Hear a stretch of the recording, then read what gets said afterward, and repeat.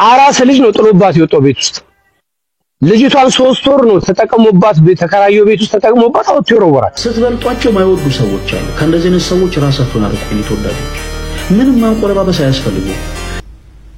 የሰው ልጅ እርዳታው ነፈቀኝ። በመጀመሪያ አስረግጬ መናገር የምፈልገው ፈለገ አጥናቴዎስ ተጽዕኖ ፈጣሪ ነው። ስራውና ተግባሩ ትክክል ባይሆን ኖሮ በዚህ አጭር ጊዜ ውስጥ የዚህን ያክል ሰው ልብ ውስጥ ይገባል ብዬ ማሰብ ይከብደኛል። በሌላ መልኩ ደግሞ እናትና አባት ከተደሰቱብህ እነሱ በኩራት አንገታቸውን ቀና አርገው ስላንተ የሚናገሩ ከሆነ አንተ እውነትም ጥሩ ልጅ ነህ።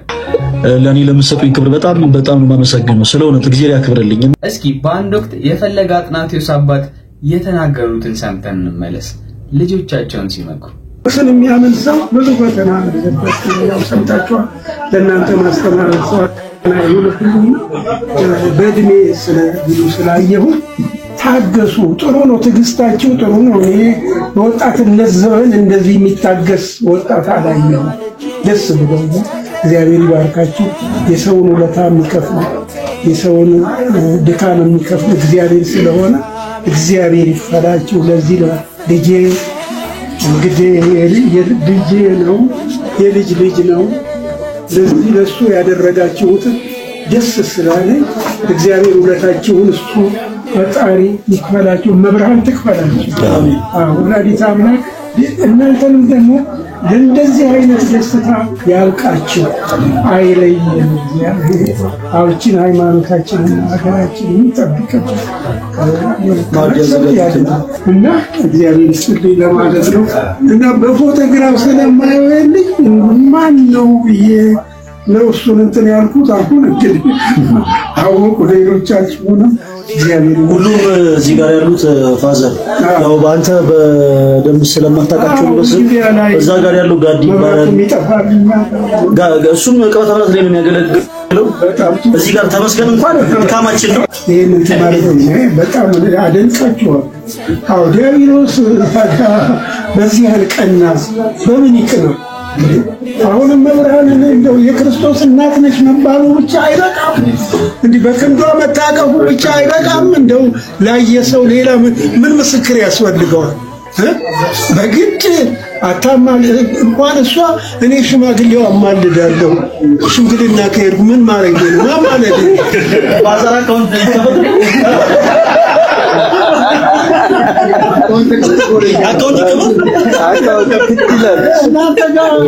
እናንተ እየተሰደባችሁ ደግሞ እዛ ስድብ እና በእውነቱ ጥሩ ነው። በርቱ። አባት እንግዲህ እንዲህ ደስ በሚል መልኩ እንባን በሚጭል መልኩ ደስታቸውንና የልጃቸውን ከፍታ ተናግረዋል። በዛውም ደግሞ የድንግል ማርያምን አማላጅነት መስክረዋል። እኔም አማላጅ ነኝ ብለዋል። እንዴት? ለትዳር ሽምግልና ሲሄዱ ወይም ለማስታረቅ ሽምግልና ሲሄዱ ያንን ሰውዬ እባክህ አማልደኝ፣ አስታርቀኝ ወይም ደግሞ አጋቡኝ ተብለው ነው የሚሄዱትና እውነት በጣም ደስ የሚል ቪዲዮ ነው ያየነው። ሃይማኖቱ ሌላ ነው፣ ግን በሃይማኖት ተጠቅመው ሴቶችን የሚያጠቁ የሚመነዝሩ ባለጌዎች ሌቦችን ግን አንለቃቸውም፣ ይዋረዳሉ። የሚያስደበድቡ የሚያስጠቁትም ከነመረጃው ይወጣባቸዋል፣ ወጥቶባቸዋል። ይሄንን ነው የምለው። ጨርሻለሁ። ሌላ ሰው ያወራ። ቴንክ ዩ። በእንደዚህ አይነት ንግግር ውስጥ ያላችሁ በእንደዚህ አይነት ሐሳብ ውስጥ ያላችሁ እህት ወንድሞቻችንም አላችሁ። በመጀመሪያ ይህን ክብር የሰጠው ፈጣሪ ጥሎ እንደማይጥለው ተስፋ አደርጋለሁ። ሲቀጥል ደግሞ እኛ ማንን እሱን ለመውቀስ? እሱን መውቀስ የሚችሉ ሌሎች ብዙ ሰዎች አሉ። ቤተክርስቲያን የሰጠችውን ዲያቆንነት መቀማት እስኪቻል ድረስ ወይም ደግሞ ከቤተክርስቲያን ማግደል እስከሚችሉ ድረስ ማለት ነው። ግን ፈለገ አጥናቴዎስ እውነት ጥፋቱን አጥፍቶታል አርጎታል የሚለው ጥያቄ ምልክት ውስጥ ነው አሁንም ድረስ። ይህንን ማሰብ አለባችሁ። ማንም ሰው መጥቶ የተናገረውን ነገር ወይም ደግሞ ቤተክርስቲያንን ዝቅ ለማድረግ የሚሞክሩ ግለሰቦችን ላለመስማት ብንሞክር ጥሩ ነው። በሌላ መልኩ ግን ሐሳብሽን እኔ ደግፋለሁ። እንደዚህ የሚሰሩ ሰዎች እንደዚህ መጥፎ ክፉ የሚያደርጉ በቤተክርስቲያን ስም የሚነግዱ ነጋዴዎችን ምንም ነው ማስተዛዘኛ የማያስፈልጋቸው። እስኪ ፈለገ አጥናቴዎስ በዚህ ጉዳይ ምን አለ የሚለውን እንስማ። ስትበልጧቸው ማይወዱ ሰዎች አሉ። ከእንደዚህ አይነት ሰዎች ራሳችሁን አርቁ። ተወዳጆች ምንም ማንቆለባበስ አያስፈልግም። ስትበልጧቸው የሚከፋቸው ሰዎች ካሉ ስትበልጧቸው ራሳቸውን የሚያዞራቸው አረባ የሚደፍቃቸው ሰዎች ካሉ እመኑ ከነዛ ሰዎች ራቁ። ትክክለኛ ቃል በቃ በሚገርም ሁኔታ ግን እሱንም በቪዲዮ ካጣ ነው 3 ቀናቶች ሆናል። ምክንያቱም ቲክቶክ ላይ መጥቶ ብዙ ሰዎችን ላስተምር ዝሙትን የሚያምኑ ሰዎችን ለመስበክ ሲሞክር ሌላ ነገር እንደዚህ አይነት ነገር የሚመጣበት ከሆነ የሚሳደብ ሰዎችን ለማስተካከል ሲሞክር ለማስተማር ሲሞክር እንደዚህ አይነት ነገር የሚመጣበት ከሆነ ለምን ቲክቶክ ላይ ይመጣል? እግዚአብሔር 6 ነገርን ይጠላል። ለምን ጠላህ? ሰውን ከፍ ዝቅ አድርጋ የምታይ አይን፣ ክፉ የምትሰማ ጆሮ፣ የሰው ደም የምታፈስ እጅ፣ ወደ ክፉ የምትሮጥ እግር፣ መጨረሻ ላይ 7ኛይቱን ይጠላታልና መጽሐፈ ምሳሌ ምዕራፍ 6 ላይ በወንድማማች መካከል ጠብን የምትዘራ ምላስ ይላል። በሚገርም ሁኔታ በዚህ ጉዳይ ማለት ነው 6ቱንም እያደረገን ነው ማለት ይቻላል። አንድ ማለት የምፈልገው ነገር አለ። እግዚአብሔር ማስተዋሉን ይስጠን፣ በእውነቱ ማስተዋሉን ይስጠን። እኔን የወለደች እናት ከፍ ዝቅ ተደርጋ ስትዘለፍ ነበር። አልደነቀኝም። እግዚአብሔር በሚያውቀው ለምንድን ያልደነቀኝ እንኳን እኔ የክርስቶስ ኢየሱስ እናት ድንግል ማርያም ስትዘለፍ የለም ወይ? በደኩማኑ መናፍቃን ኦኬ። ይሄ የሚደንቅ ነገር አይደለም። የሆነ ሰዓት ላይ እኔ የድንግል ማርያም ክብር ሲነካ እጅግ በጣም ያበሳጨኝ ነበርና አንድ ትልቅ መምህር ያሉኝ ነገር ላስታውሳችሁ። ድንግል ማርያምን ለመስለፍ መሞከር ማለት ቀና ብሎ ፀሐይ ላይ መራቅን ለመጥፋት እንደመሞከር ነው። ምክንያቱ ደግሞ ለምንድን ነው አሉ? ድንግል ማርያምን በሰማይ ላይ እንደ ፀሐይ ያሰለጠናት ክርስቶስ ነው። እንደ ፀሐይ ያሰለጠናት ክርስቶስ ነው። እና የክርስቶስ እናትን ድንግል ማርያምን ለመዝለፍ መሞከር ማለት ቀና ብሎ ፀሐይ ላይ ምራቅን እንትፍ ለማለት እንደመሞከር ነው። አንድ ሰው የፀሐይ ግለት አቃጥሎኛል ብሎ ምራቁን ወደ ፀሐይ እንትፍ ቢል ምራቁ ፀሐይ ላይ ይደርሳል? አይደርስም። ምራቁ ተመልሶ ፊቱን ያቆሽዋል እንጂ በምንም ታምር ምራቁ ፀሐይ ላይ ደርሶ ፀሐይን አያቆሻት።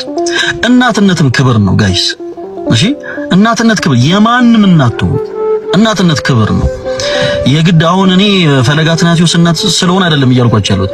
የተሙም እናት፣ የቢኒም እናት፣ የመምሬ ፍሬምም፣ ያንተንም እታች ያሉትም የመምር የሌሎችም እዚህ ውስጥ ያላችሁ የእህት ወንድሞች እናቶች በአጠቃላይ የእናትነት ጸጋ የእናትነት ክብር አላቸው። የእናትነት ክብርን ማንም ሊያዋርደው አይችልም። በቃ ይሄ እጅግ በጣም እጹብ ድንቅ የሆነ ስጦታ ነው። በማህፀናቸው ነፍስን የሚያክል ነገር ነው ኦኬ ጸንሰው የሚወሉት። ይሄ ትልቅ ስጦታ ነው። ከአምላካቸው ከእግዚአብሔር ዘንድ የተሰጣቸው ትልቅ ስጦታ ነው። እናትን መዝለፍ በነገራችን ላይ ሊመስል ይችላል የኔን እናት ያዋረደ ወይ ደግሞ የኔን እናት ያጓዝ ወይም ደግሞ በተቃራኒው ፈለገ አትናቴዎስ እንዲበሳጭ ያደረገ ይመስላል። ሕያው እግዚአብሔር ምስክሬ ነው። በፍጹም የኔን እናት ክብሩ አይነካም። ፈለገ አትናቴዎስን በመዝለፍ ክብሩን ልትነኩ የምትፈልጉ ሰዎች ስለ እውነት ነው የምላችሁ፣ ሳልከፍላችሁ እኔን ፕሮሞት እያደረጋችሁ ነው እንጂ የምትሄዱት የፈለገ አትናቴዎስን ክብር ዝቅም ከፍም ልታረጉት አትችሉ።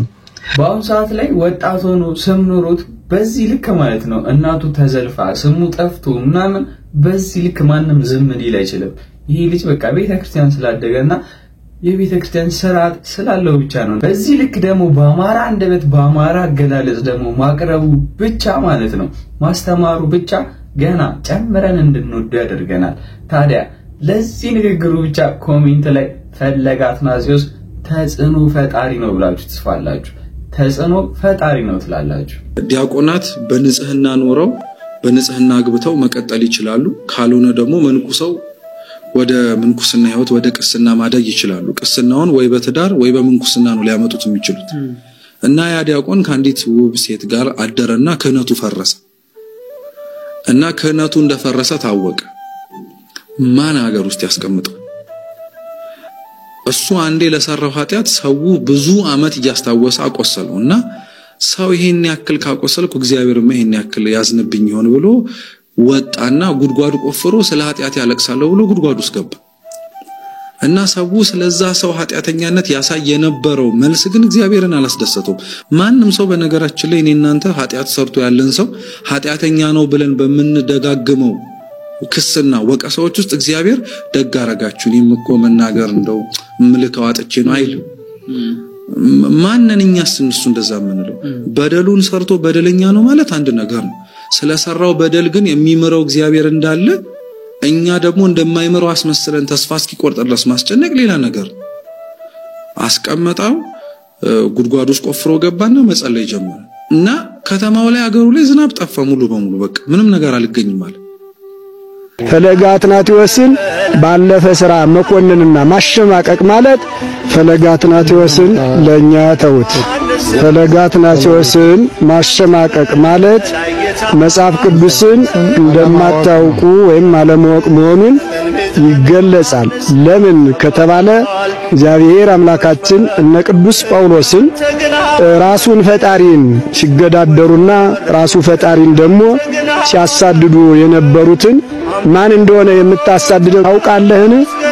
ይልቅስ ጭንካሩ ይብስብሃል ብሎ በዚህ በበደላቸው ያልናቀ ኃጢአተኞችን ይቅር የሚል እንደውም ደግሞ አሳዳጆችን መርጦ የራሱ ንጹህ ዕቃ የሚያደርግ አምላክ ስለሆነ እኛም ከፈለገ አትናቴዎስ ጎን መሆናችንን ልታውቁና ልትረዱ ይገባል። ፈለገ አትናቴዎስን ባለፈ ሥራ መኮንንና ማሸማቀቅ ማለት እግዚአብሔር አምላክ እነ ማርያም እንተ ፍረትን ይቅር አላለም በደላቸውንም አላስተሰረየም እንደማለት ይመሰልባቸዋል ወይም ደግሞ እንደዛ ያለ መዋቃችሁን ይገልጽባቸዋል። ስለዚህ ኃጢአተኞቹን ይቅር የሚል እሱ ደግሞ እነኛን ኃጢአተኞች ለራሱ መሳሪያ አድርጎ የሚጠቀም አምላክ ስለሆነ አሁንም ፈለገ አትናቴዎስ እየሰራቸው ያሉ እንደነ ዮሐንስ አፈወርቅ ቤተክርስቲያንን ከፍ የሚያደርግና እንዲሁም የቤተክርስቲያንን ጠላቶች የሚያሳፍር ስለሆነ ከፈለገ አትናቴዎስ ጎን መሆናችንን አትርሱት እንላለን። እግዚአብሔር ቤተክርስቲያንን ከፍ ማድረግ ከሚሰሩ ሰዎች ጋር ይሁን እያልን መልእክታችን ይድረሳችሁ። በሚገርም ሁኔታ ፈለገ አትናቴዎስ ከቤተክርስቲያን አባቶች ብቻ አይደለም ድጋፍን ያገኘው። እስኪ ብዙ ጊዜ አብረው ላይፍ ላይ እንደ ጓደኛው ላይ የሆኑ ይመስለኛል።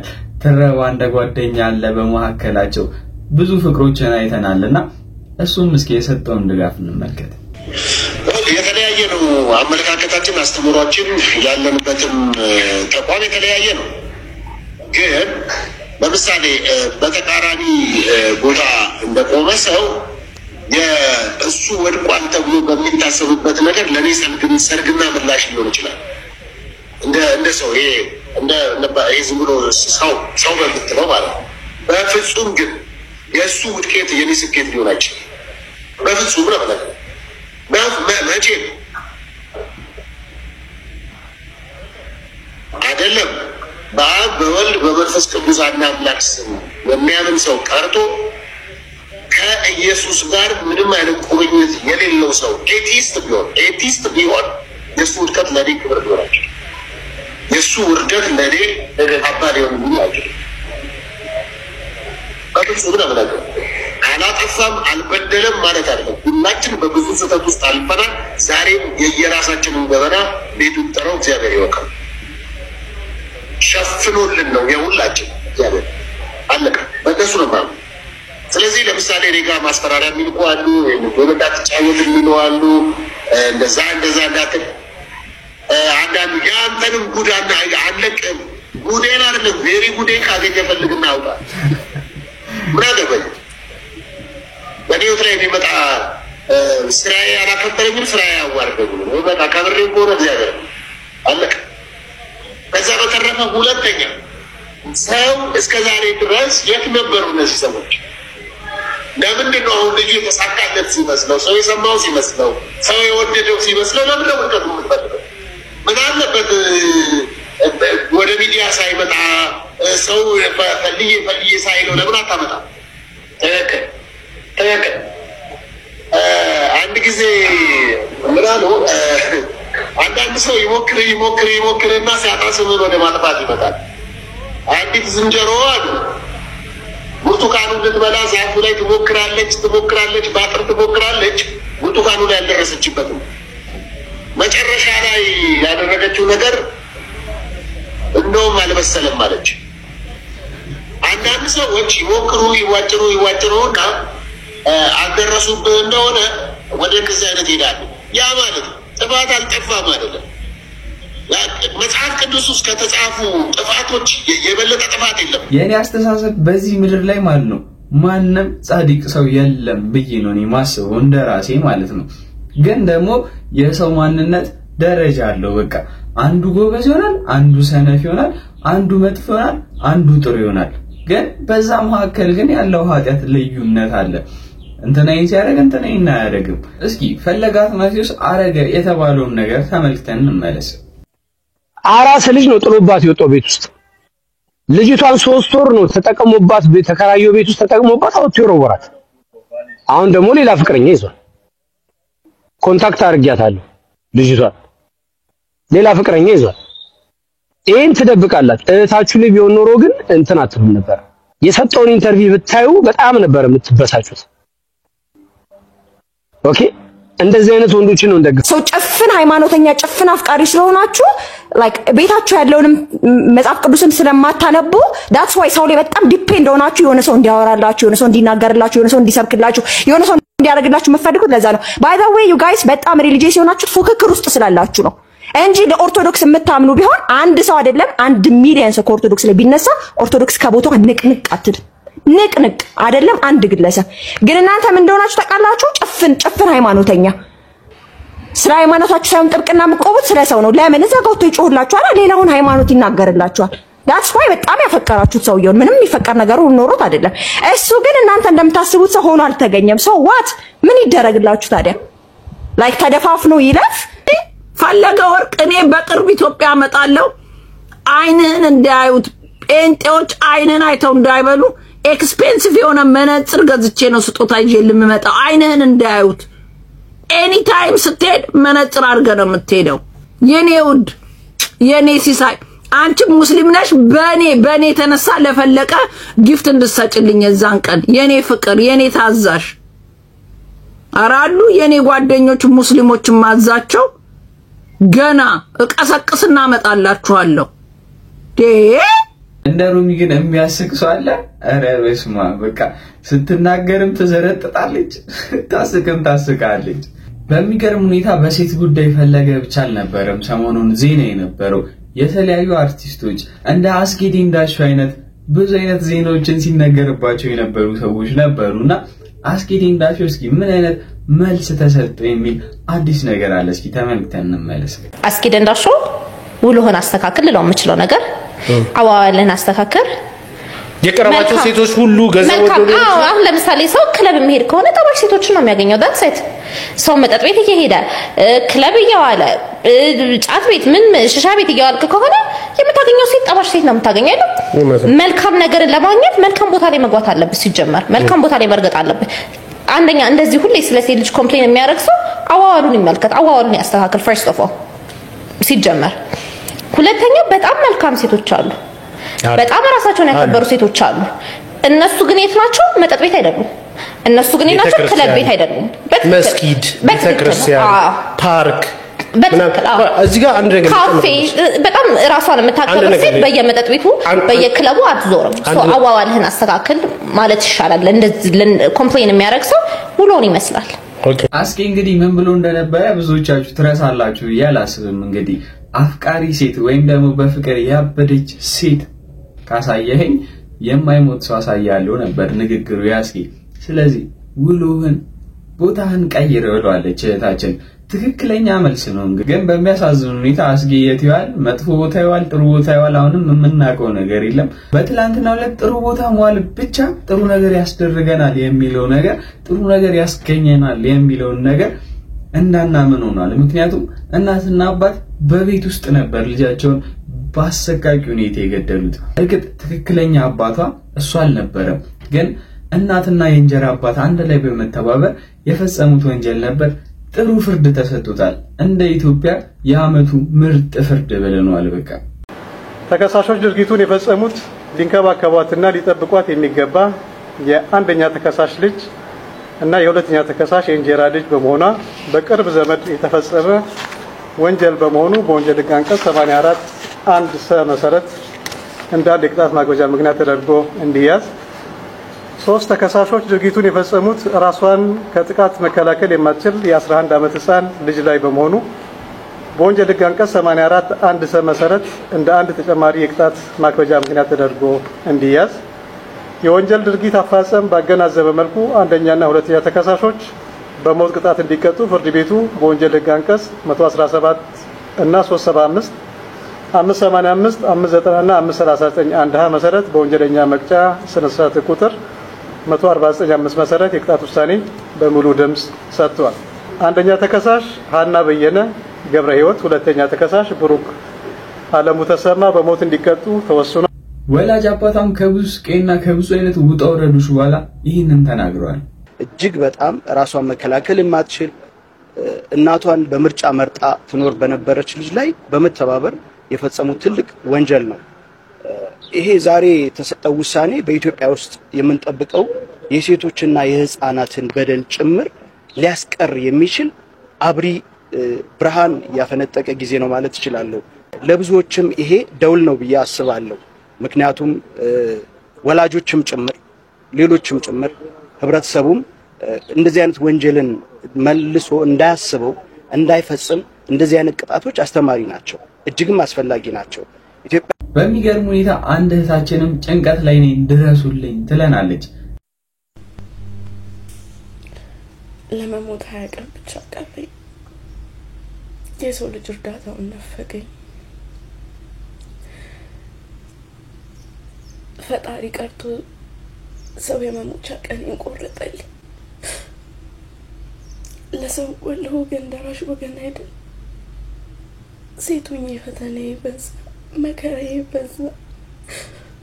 አሁን ላይ መቋቋም አልቻልኩኝም። የወለደኝ አባቴ እንኳን ፊቱን አዞረብኝ፣ ብቻዬን ቀረ። እኔ እዚህ በሰው ሀገር፣ እናቴ እዛ በራሷ ሀገር፣ በአንድ አይነት ቀን ሞታችንን ልናበስር ነው። በጣም ከብዶኛል፣ አልቻልኩም። እርዳታ መነፈግ እንደዚህ ያማል እንዴ? አልቻልኩኝም፣ ደከመኝ። የቲክቶክ አካውንቷን ማግኘት ለምትፈልጉ ሰዎች፣ ለራራችሁላችሁ ሰዎች ይሄ ነው አካውንቷ። ስብርብር ያለ ምንድነው? አጥንቱ ስብርብር ያለ እንደዚህ ነካለው ይሄዳል። አሁን ከዚህ ነው ወጥቻለሁ። እሺ ብላልገ ወደ ፍጥራ ልገባ ነው። ምንድነው የምትፈጥረው? አሁን ለምሳሌ እጅ የሌለ እግር የሌለ ይበቅላል። አንድ ሴት 13 ዓመት ሙሉ ልጅ የላት። እሺ ለህዝቡ ተናገር። አንድ ሳምንት ውስጥ ልጅ ተወለደች። ምንድን ማለት አንድ ሳምንት ውስጥ ማለት ነው?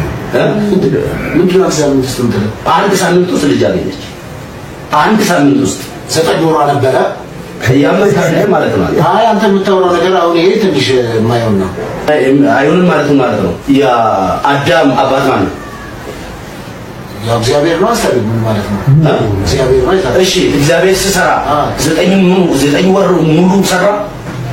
ስንት ደቂቃው ንገረኝ። በሌላ ቪዲዮ ከኔ ጋር እስከምንገናኝ ድረስ ቸር ቆዩልኝ ያልኩኝ። ሰብስክራይብ ማድረጋችሁን ላይክ ማድረጋችሁን እንዳትረሱ።